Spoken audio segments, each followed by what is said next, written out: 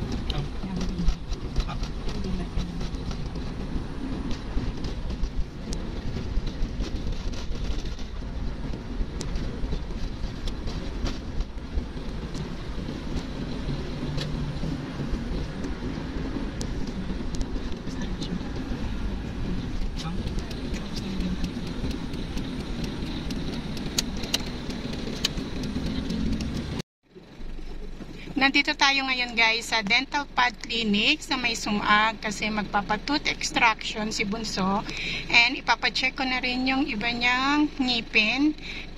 Unti-untiin namin na anuhin yung yung mga ngipin niya para mas maaga is masolusyonan kung kailangan papastahan or cleaning. So come on guys, join us dito kay Dr. Moira sa Dental Pad Clinic.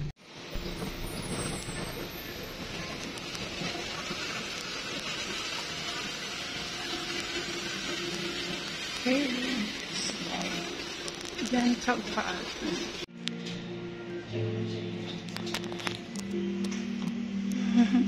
Dental.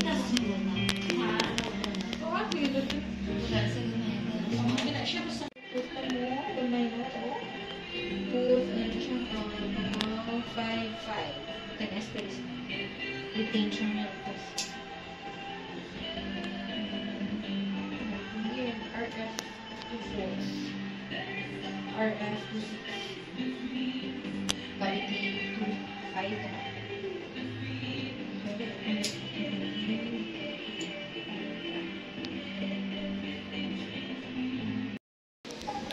Tapos na kami sa dentist. Nandito kami ngayon sa Metro. Bumili ng ice cream and a little bit of some grocery na kailangan namin. Mga meat and frozen and mga juices. And then right now, nandito kami ngayon sa kanilang parang food court. Bibili ng pagkain. And si Cliff bumili ng kanyang iced coffee para mag-ampat yung pagdudugo ng binunot sa kanyang ngipin. Yan ang binili ni Cliff, ang kanyang iced choco. Doon namin siya binili sa may Dunkin Donut. And para umano yung dugo niya. And yan ang aming mini grocery na binili. And then I am waiting now sa order ko doon sa corn dog for kuya. Ayan. Corn dog para kay Michael. Ayan. And para na rin sa akin. Bumili rin ng para sa akin. Ginutom ang kakaintay from the dentist. Hi guys! Second visit namin ngayon sa dentist, and today kasama naman na si John Michael, ang pangalan kong anak, para naman sa kanyang tooth extraction. Si Cliff yung second batch ng dentist check-up niya. So holiday subok, kaya sinama ko na rin si kuya para sa kanyang dental check-up. So, kailangan matapos lahat yung check-up ni kuya sa dental kasi meron pa siyang papastahan na ngipin. So, ngayon is yung isang natitirang tooth extraction niya is kailangan tanggalin bago siya pastahan. Si Cliff naman is magpapabunot din ng ngipin. yung kanyang natitirang ligistot na umano doon sa kanyang permanent teeth. So, kailangan tanggalin para hindi masira or maapektuhan yung permanent teeth niya.